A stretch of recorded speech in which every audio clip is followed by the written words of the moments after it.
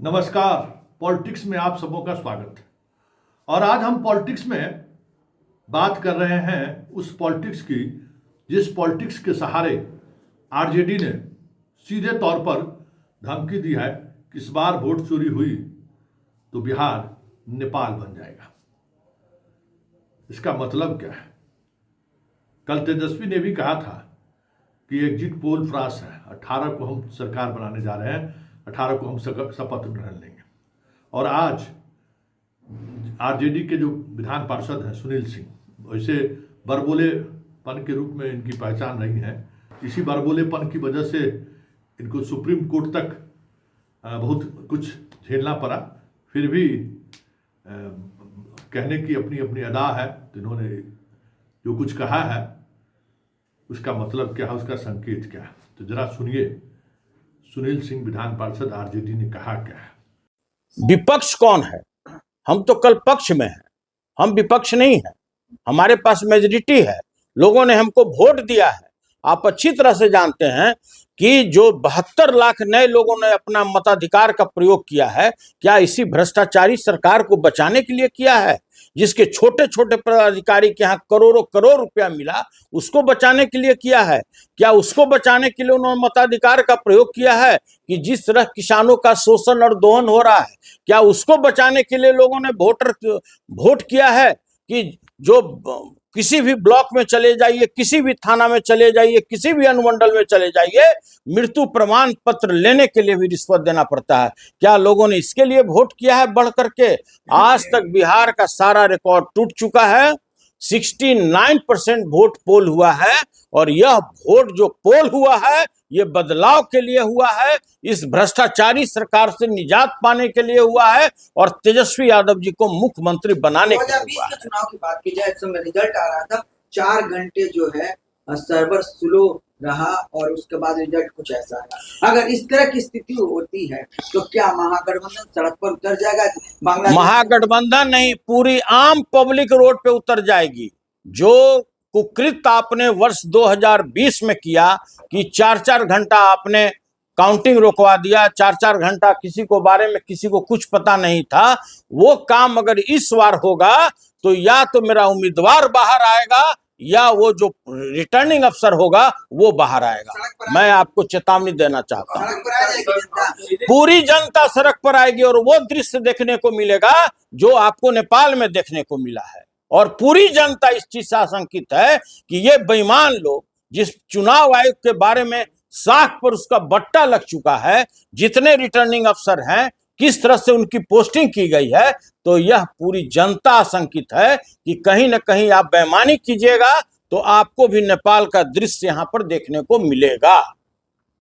हम सभी पदाधिकारी को बेईमान नहीं घोषित करना चाहते हैं। बहुत सारे ऐसे भी पदाधिकारी हैं जो आज भी अपना ईमान बचा करके रखे हुए हैं। मैं सभी पदाधिकारियों से यही आग्रह करता हूं कि आपके भी परिवार हैं, सभी लोग जानते हैं कि आपकी पृष्ठभूमि क्या है, आपके परिवार के लोग कहाँ रहते हैं, तो वैसी बेईमानी आप मत कीजिए। आप 80,000 से लेकर 1 लाख वोटर के मत के खिलाफ आप काम कीजिएगा। अगर आप किसी को 1000 वोट से हराते हैं जीते हुए कैंडिडेट को, तो निश्चित रूप से यह पूरे जनमानस के पटल पर यह छाएगा और यह कहीं ना कहीं से इसका दुष्परिणाम आपको देखने को रोड पर मिलेगा। और उसके बाद कुछ इसी अंदाज में जदयू ने जवाब भी दिया है। लेकिन इन जुगलबंदी को सुनने से पहले जरा इन चीज़ों को भी समझने की जरूरत है कि आखिर इस तरीके की बयानबाजी तेज क्यों हुई है, और इस बयानबाजी का आधार है या फिर कोई आधार ही नहीं है। क्योंकि ठीक है, सुनील सिंह ने एक अलग अंदाज में अपनी बातों को रखा है, लेकिन ये बात कहने की जहमत क्यों उसने उठाई, या ये बात वो क्यों कह डाला, तो पहले जरा सुन लीजिए, फिर हम उस पर बात करते हैं। चुनाव परिणाम आने के पहले ही राष्ट्रीय जनता दल की यह राजनैतिक आपराधिक मनोवृत्ति कैसे उभर कर आ गई? भाई, आपने वैशाली के लालगंज के बारे में, स्ट्रांग रूम के बारे में आपने सवाल खड़ा किया। साक्ष्य मेरे पास उपलब्ध है। राजद के उम्मीदवार महनार के रविंदर सिंह ने कहा कि स्ट्रांग रूम बिल्कुल सही है। लालगंज विधानसभा के आपके प्रत्याशी के प्रतिनिधि रणधीर कुमार ने कहा सब ठीक है। सासाराम की घटना के बारे में सीधे अनीता देवी वहाँ उपस्थित थी, चेनारी के कांग्रेस के प्रतिनिधि उपस्थित थे। अनर्गल आरोप मत लगाइए और ये चुनाव आयोग को जवाब देना है। लेकिन बिहार में अमन का राज है। कोई अगर गुंडागर्दी करेगा, कोई सामाजिक तनाव पैदा करेगा, समाज में सद्भाव बिगाड़ेगा, तो खिसियानी बिल्ली खंबा नोचे। अरे दागी नेतृत्व रहेगा तो बिहार की जनता अपने चेहरे पर राजनीति का दाग नहीं लेना चाहती है। इसलिए और दावा क्या कर रहे हैं, बांग्लादेश बना देंगे, अरे नेपाल बना देंगे। अरे लोकतंत्र की जननी है। कौन माई का लाल पैदा लिया है इस बिहार में, जो माननीय नीतीश कुमार जी के एनडीए की सरकार में कानून को अगर कोई अपने हाथ में लेने की कोशिश करेगा तो चुनाव आयोग तो मुकम्मल व्यवस्था किया ही है। ऐसे बयान राजनीति के केवल छुरछुरी पटाखा है, इसके अलावा कोई औचित्य नहीं। तो आपने सुन लिया सुनील सिंह का बयान और नीरज सिंह का बयान, दोनों सिंह साहब का बयान आपने सुन लिया। दोनों के चेहरे पर तलखी आपने देख ली। स्वाभाविक तौर पर सुनील सिंह सामने आए तो नीरज सिंह को सामने आना ही था। दोनों तरफ से जवाब भी उसी तरीके से दी गई है। लेकिन सवाल उठता है कि आखिर सुनील सिंह को या फिर तेजस्वी को ये कहने की जरूरत क्यों पड़ी, क्योंकि चुनावी प्रक्रिया के शुरुआती दौर से इलेक्शन कमीशन की जो भूमिका बिहार में देखने को मिला है वो हैरान करने वाला है। कल रात सासाराम में जो कुछ भी हुआ और जिस तरीके से हुआ, ट्रक का प्रवेश, भले वो खाली टैंकर लेकर गया हो, मतलब बक्सा को लेकर गया हो, वहाँ पहुँच गया, अंदर चला गया, वो परिसर का गेट खुला है, अंदर ट्रक जाता है और उसके बाद बबेला बजता है, सारे कैंडिडेट पहुँच जाते हैं वहाँ। इसका मतलब क्या है? लगता ही नहीं है कि चुनाव आयोग का कोई ऑब्जर्वर बिहार में है भी। कोई मतलब नहीं है। ऐसे मामलों में ऑब्जर्वर को त्वरित कार्रवाई करनी चाहिए, जांच होनी चाहिए। जो भी, अरे भाई बक्सा कल भी जा सकता था या आज भी जा सकता था, या बक्सा अंदर ले जाने की जरूरत पड़ी तो फिर जो कार्यकर्ता वहाँ हैं उनको ये जानकारी दी जानी चाहिए, उनके प्रत्याशी को जानकारी दी जानी चाहिए। ये जो छोटी छोटी चीज़ें हैं जो बड़ी बड़ी बातें हो जाती हैं और इस तरीके का बयानबाजी शुरू हो जाता है कि बिहार को नेपाल बना देंगे, तो इसके लिए इलेक्शन कमीशन कम जिम्मेवार नहीं है। समस्तीपुर में जो घटना घटित हुई सबके सामने में है कि प्लान तरीके से, एकदम प्लानिंग के तहत बदनाम करने के लिए यह साजिश रची गई। जो वीवीपैट का जो पर्ची था बाहर फेंका हुआ, लेकिन उस पर जो जांच होनी चाहिए, जिस तरीके से कार्रवाई होनी चाहिए थी, वो कार्रवाई अभी भी मुकम्मल नहीं हुआ है। प्रत्याशियों के अंदर और समस्तीपुर की जनता के अंदर एक बेवजह कन्फ्यूजन क्रिएट हो गया। कल एसपी को आकर सफाई देनी पड़ी, एसपी को कहना पड़ा कि देखिए इस तरह की कोई बात नहीं है, सोशल मीडिया पर जो ये बातें आ रही हैं ये भ्रामक बातें हैं, इस तरीके की बातों से बचनी चाहिए।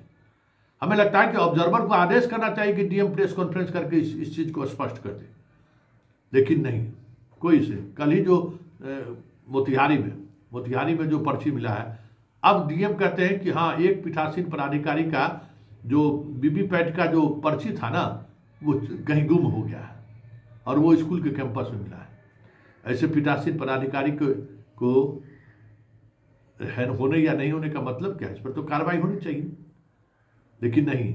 मीडिया में जब ये खबरें आई, जब बात बढ़ गया, प्रशासन को बैकफुट पर आना पड़ा, बहुत सारी तरह की चीज़ें सामने आई।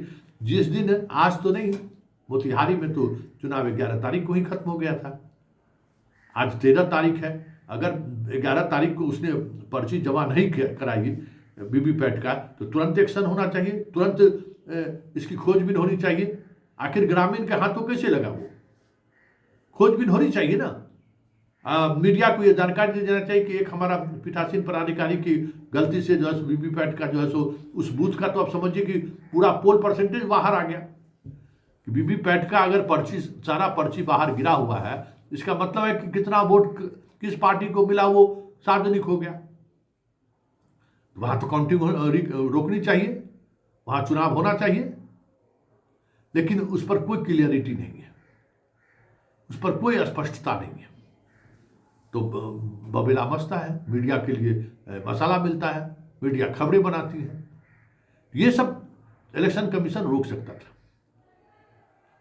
वहाँ क्या कहते हैं, जैसे वैशाली में, समस्तीपुर में स्ट्रांग रूम के बाहर में जो सीसीटीवी कैमरा लगा हुआ है, वो कैमरा ऑफ हो जाता है कुछ देर के लिए। सासाराम में जो घटना घटी है, तो उसके बाद आज वहाँ आप सीसीटीवी कैमरा लगा रहे हैं। ये सब क्या है? इससे घोर लापरवाही और क्या हो सकता है? और इस लापरवाही पर चुनाव आयोग की जिस तरीके की चुप्पी है, और राजद के कार्यकर्ता और राजद के समर्थक जिस तरीके से ये मानने लगे हैं कि मेरी सरकार बनेगी, और अगर उस सरकार नहीं बनी या फिर रिजल्ट उलट आया, तब तो बहुत सारे ऐसे उदाहरण हैं जिस उदाहरण के सहारे विपक्ष वोट चोरी का आरोप चुनाव आयोग पर सीधे सीधे तौर पर लगा सकता है, जिससे बचा जा सकता था। तो इस पूरे चुनाव प्रोसेस के दौरान चुनाव आयोग की ऐसी भूमिका मैंने कभी नहीं देखी, और ये भूमिका कहीं ना कहीं चुनाव आयोग की पूरी पारदर्शिता पर सवाल खड़ा कर दिया है। ऐसे में आज आरजेडी अगर कह रहा है कि हम बिहार को, अगर रिजल्ट चोरी हुई तो नेपाल बना देंगे या नेपाल बन जाएगा बिहार, उसका मतलब आप समझने की कोशिश करिए कि हालात कमोबेश उसी दिशा की तरफ बढ़ रही है। विपक्ष को पहले से ही वोट चोरी को लेकर बिहार में एक माहौल उन्होंने बना रखा है। विपक्ष पहले से ही पूरे चुनाव आयोग के प्रोसेस को लेकर सवाल खड़ा करता रहा है। मोकामा की घटना में जितने विलंब से चुनाव आयोग का एक्शन हुआ, पारदर्शिता पर पहले ही सवाल खड़े हो चुके हैं। ऐसे में हर वक्त कुछ न कुछ ऐसी घटनाओं का सामने आना, ये तय मानिए कि सुनील सिंह का बयान भले ही अब लग रहा होगा कि इस तरीके के बयान से उनको बचना चाहिए, लेकिन इलेक्शन कमीशन जिस तरीके की लापरवाही बरत रही है, या इलेक्शन कमीशन जिस तरीके से बिहार के चुनाव को ले रही है, ऐसे में कल परिणाम आते आते सचमुच बिहार नेपाल के तर्ज पर आगे बढ़ जाए तो कोई बड़ी बात नहीं होगी, क्योंकि पूरी मशीनरी कहीं भी दूर दूर तक भी निष्पक्ष और पारदर्शिता बरतते हुए नहीं दिख रही।